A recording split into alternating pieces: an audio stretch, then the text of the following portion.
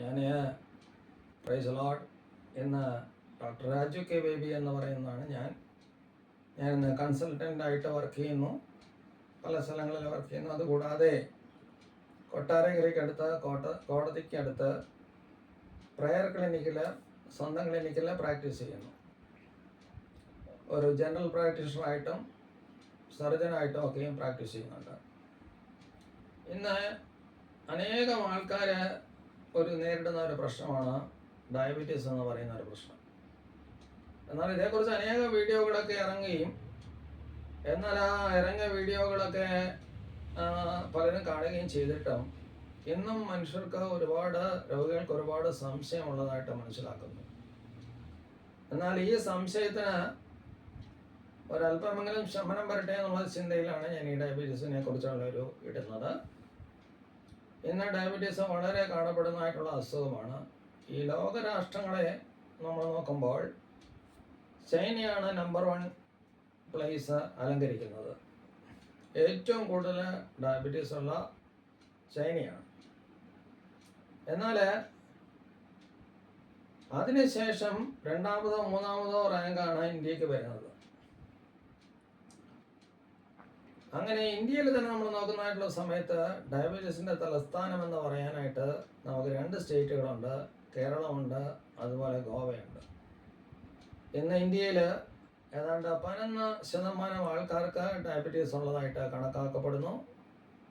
എന്നാൽ 40 വയസ്സിന് ശേഷമുള്ള ആൾക്കാരുടെ കണക്കെടുക്കുന്നതായിട്ടുള്ള സമയത്ത് നമുക്ക് അതിൽ കൂടുതൽ ഏതാണ്ട് 20%-ഓളം ആൾക്കാർ, 20-25%-ഓളം ആൾക്കാർ ഡയബറ്റീസുമായിട്ട് ഭാരപ്പെടുന്നു. ഒരുപക്ഷെ ഡയബറ്റീസുകാർ രോഗികളാണോ കൂടുതൽ, പ്രഷർ രോഗികളാണോ കൂടുതൽ എന്ന് നോക്കിയാൽ നമുക്ക് മനസ്സിലാക്കാനായിട്ട് പറ്റും, പ്രഷർ രോഗികളാണ് കൂടുതൽ. മൂത്രമൊഴിവെന്ന് നമ്മൾ പറയുന്നതായിട്ടുള്ള ഈ അസുഖം ശരീരത്തിൻ്റെ ഓരോ അവയവങ്ങളെയും കാർന്ന് തിന്നുന്ന ഒരു ഇതാണ്. അതായത് പല സമയങ്ങളിൽ 90% ആൾക്കാരിലും യാതൊരു ലക്ഷണവും കാണിക്കുന്നില്ല. എന്നാൽ ഒരു 10% ആൾക്കാരിൽ പോളിഡിപ്സിയ, അല്ലെങ്കിൽ വളരെയധികം വെള്ളം കുടിക്കുക, മൂത്രമൊഴിക്കുക, വളരെയധികം വിശപ്പ് കാണുക, ഇങ്ങനെയുള്ള രോഗലക്ഷണങ്ങൾ കണ്ടുവരുന്നു. ഏതാണ്ട് ഡയബറ്റീസ് തുടങ്ങിയിട്ട് ഏതാണ്ട് 10 വർഷത്തിന് ശേഷം അല്ലെങ്കിൽ 15 വർഷത്തിന് ശേഷമായിരിക്കും, എന്തെങ്കിലും കോംപ്ലിക്കേഷൻ വരുന്നതിന് ശേഷമായിരിക്കും ഈ ഡയബറ്റീസ് എനിക്ക് ഉണ്ടായിരുന്നു എന്ന് മനസ്സിലാകുന്നത്. ചിലർ വളരെ ആർജവത്തോടെ സംസാരിക്കാറുണ്ട്, മരുന്ന് കഴിച്ചിട്ടാണ് ഡയബറ്റീസ് വരുന്നത്. അതൊരു മിഥ്യാധാരണയാണ്. മരുന്നുകളൊന്നും ഡയബറ്റീസ് ഉണ്ടാക്കുന്നില്ല. അഥവാ ഏതെങ്കിലും മരുന്നുകൾ ഡയബറ്റീസ് ഉണ്ടാക്കുന്നുവെങ്കിൽ ആ ഡയബറ്റീസ് രോഗം മരുന്ന് നിർത്തുമ്പോൾ തന്നെ മാറേണ്ടതാണ്.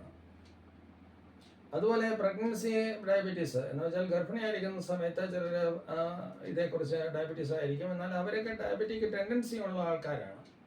അവർ പ്രഗ്നൻ്റ് ആയിരിക്കുന്നു, പ്രസവിച്ച് കഴിയുന്നു, അതിനുശേഷം അവർക്ക് ഇതിനകത്ത് യാതൊരു പങ്കുമില്ല, ഡയബറ്റീസ് വരത്തില്ല. എന്നാൽ പിന്നീട് ഏതാണ്ട് 40 വയസ്സിലോ 50 വയസ്സിലോ അവർക്ക് വരാനൊക്കെയുള്ള സാധ്യതയുണ്ട്. അങ്ങനെ ഒരു മാരകമായ ഒരു അസുഖമാണ് ഇത്. നമ്മളാരും ഉണ്ടാക്കുന്ന അസുഖമൊന്നുമല്ല, പകരം നമുക്ക് പാരമ്പര്യമായിട്ടോ അല്ലെങ്കിൽ മ്യൂറ്റേഷൻ എന്ന് പറയുന്ന ജനിതക മാറ്റത്തിലോ ഒക്കെ വരുന്നതായിട്ടുള്ള കാര്യങ്ങളാണ്. എൻ്റെ പാപ്പ ഒരു ഡയബറ്റീസ് രോഗിയാണെങ്കിൽ എനിക്ക് വരാനുള്ള ചാൻസ് 40%. എൻ്റെ അമ്മയും ഒരു ഡയബറ്റീസ് രോഗിയാണെങ്കിലും എനിക്ക് വരാനുള്ള ചാൻസ് 40%. എന്നാൽ അമ്മയും അപ്പനും ഒരുപോലെ, പപ്പായും അമ്മയും രണ്ടുപേരും ഒരുപോലെ ഡയബറ്റീസ് ആണെങ്കിൽ എനിക്ക് വരാനുള്ള സാധ്യത 90%. അപ്പോൾ അങ്ങനെയുള്ളവർ പ്രത്യേകം ശ്രദ്ധിക്കണം. ഡയബറ്റീസ് എന്ന് പറയുന്ന 2 തരത്തിലുണ്ട് എന്ന് ഞാൻ പറയാതെ തന്നെ നിങ്ങൾക്ക് എവർക്കും അറിയാം. അതായത് ഡയബറ്റീസ് 1 അല്ലെങ്കിൽ ഡയബറ്റീസ് 2, ഇങ്ങനെ 2 തരത്തിലുണ്ട്. ഒന്ന് ഡയബറ്റീസ് 1 എന്ന് പറയുമ്പോൾ അത് 5% ഡയബറ്റീസ് രോഗികൾ മാത്രമേ 1 എന്നതിൽ വരുന്നുള്ളൂ. എന്നാൽ രണ്ടാമത് ടൈപ്പ് 2 ഡയബറ്റീസ് എന്ന് പറയുമ്പോൾ 95% ഏതാണ്ട് 40 വയസ്സിന് ശേഷമാണ് ഉണ്ടാകുന്നത്. അതാണ് 95%. പക്ഷേ ഞാൻ ഒരു കാലത്ത് ക്ലിനിക്കൽ പ്രാക്ടീസിന് എനിക്കിപ്പോൾ 33 വർഷത്തെ പരിചയമുണ്ട്.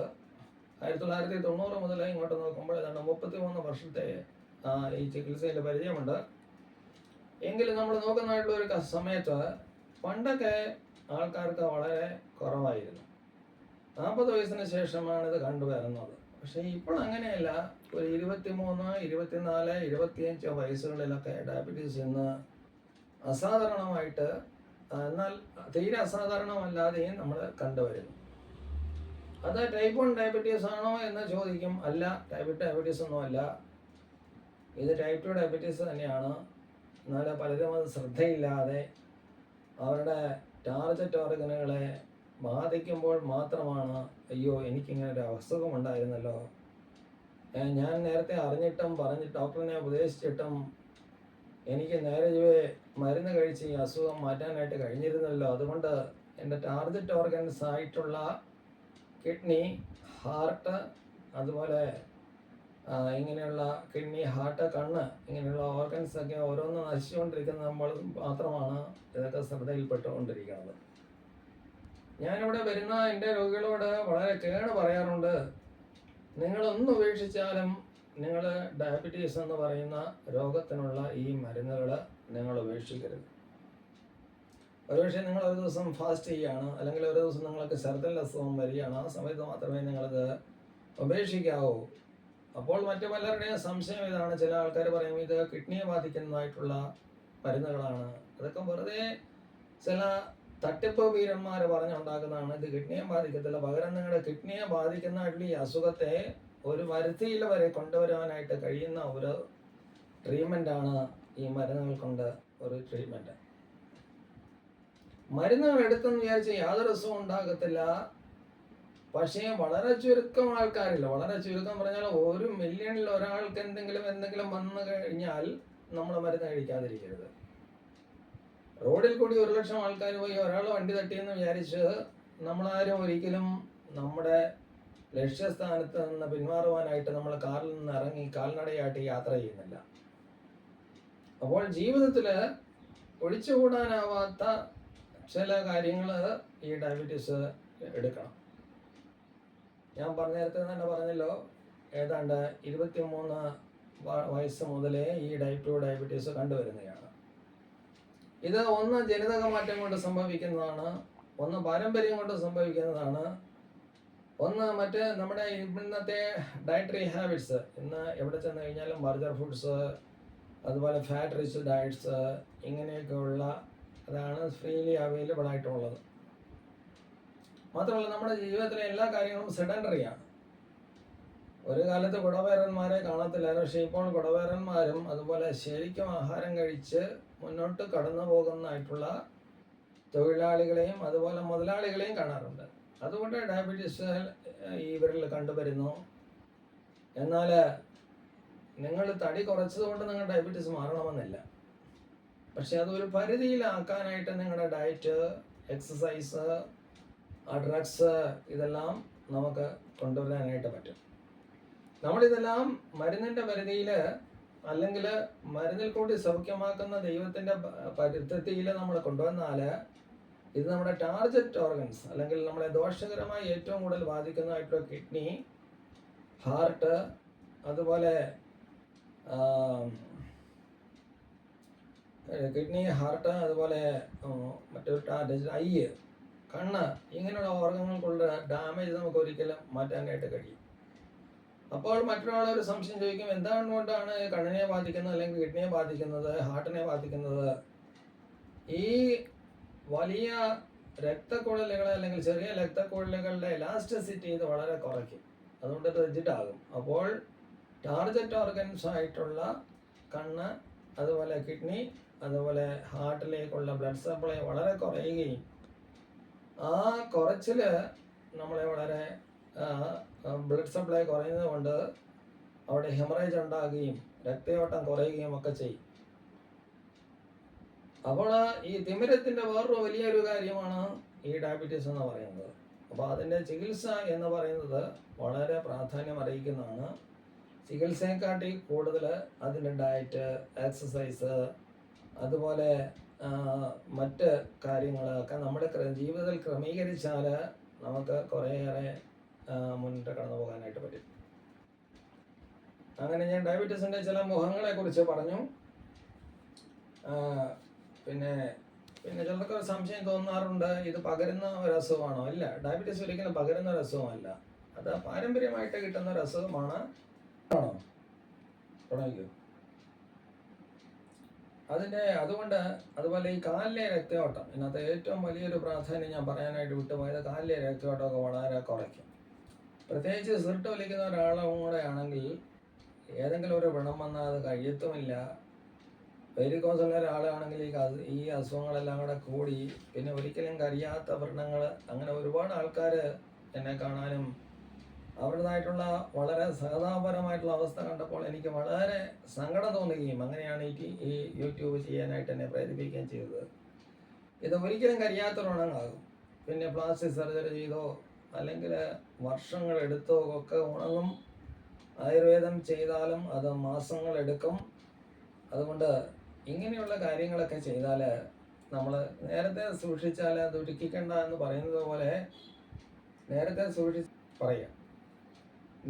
സൂക്ഷിച്ചാൽ ദുഃഖിക്കേണ്ട എന്ന് പറയുന്നത് പോലെ നമ്മൾ സൂക്ഷിച്ചാൽ ദുഃഖിക്കേണ്ട. ചില സമയങ്ങൾ കേൾവിക്കുറവ് കൊണ്ട് സംഭവിക്കാം, അതുപോലെ കാഴ്ച പ്രോബ്ലം വരാം. അതുകൊണ്ട് ഒരു സൈലന്റ് കില്ലർ എന്ന രീതിയിൽ ഈ ഡയബറ്റീസിനെ നിങ്ങൾ പരിഗണിക്കണം.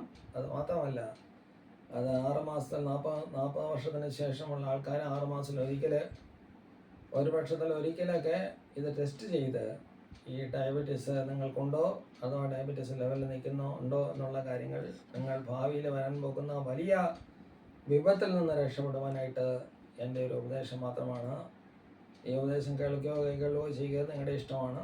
പക്ഷേ ഇത് എൻ്റെ ഉത്തരവാദിത്തം കൊണ്ട് ഞാനിത് പറയുന്നു. അനേകരുടെ വേദനകളും ഭാരങ്ങളും അവരെ തുണയ്ക്കാനും കൊണ്ടു നടക്കാനും ആരുമില്ല. ഡയാലിസിസ് സെൻ്ററുകളൊക്കെ വർദ്ധിച്ചു വരുന്നു. എന്നാൽ ഇവിടെ മധ്യത്തിൽ ഓരോ ഒന്നര വിട്ടുള്ള ദിവസം ഡയാലിസിസ് ചെയ്യുന്നവരുണ്ട്. ഇങ്ങനെയുള്ള ഏറ്റവും വലിയ ഡയാലിസിസിൻ്റെ കാര്യം എന്ന് പറയുന്നത് ഡയബറ്റിക് നെഫ്രോപ്പതിയാണ്. ഡയബറ്റിക് ന്യൂറോപ്പതി, ഡയബറ്റിക് നെഫ്രോപ്പതി ഇവയൊക്കെ നിങ്ങളുടെ ജീവിതത്തിൽ ഒരിക്കലും നിങ്ങൾക്ക് തിരിച്ചെടുക്കാനായിട്ട് പറ്റത്തില്ല. ഇതിനെയൊക്കെ ഡയബറ്റീസിലേക്കും കാലിൻ്റെ മന്ദത, കാലിലെ തുടിപ്പ്, ഇങ്ങനെയുള്ള കാര്യങ്ങളിലേക്ക് പോകുന്നു. അതുകൊണ്ട് ഈ എപ്പിസോഡ് ഞാൻ അവസാനിപ്പിക്കുകയാണ്. എന്നെ സഹായിച്ചതായിട്ടുള്ള പ്രിയപ്പെട്ട എൻ്റെ മകളോടുള്ള നന്ദിയും അതുപോലെ അതിനേക്കാളുപരി യേശുവിനോടുള്ള നന്ദിയും സ്നേഹവും ഒക്കെ ഈ സമയത്ത് അറിയിക്കുന്നു. ഇനി അടുത്ത എപ്പിസോഡിൻ്റെ തന്നെ വേറൊരു എപ്പിസോഡുമായിട്ട് ഞാൻ താമസിയാതെ വരുന്നതാണ്. നിങ്ങൾക്കെല്ലാവർക്കും എൻ്റെ കൂപ്പുകൈ.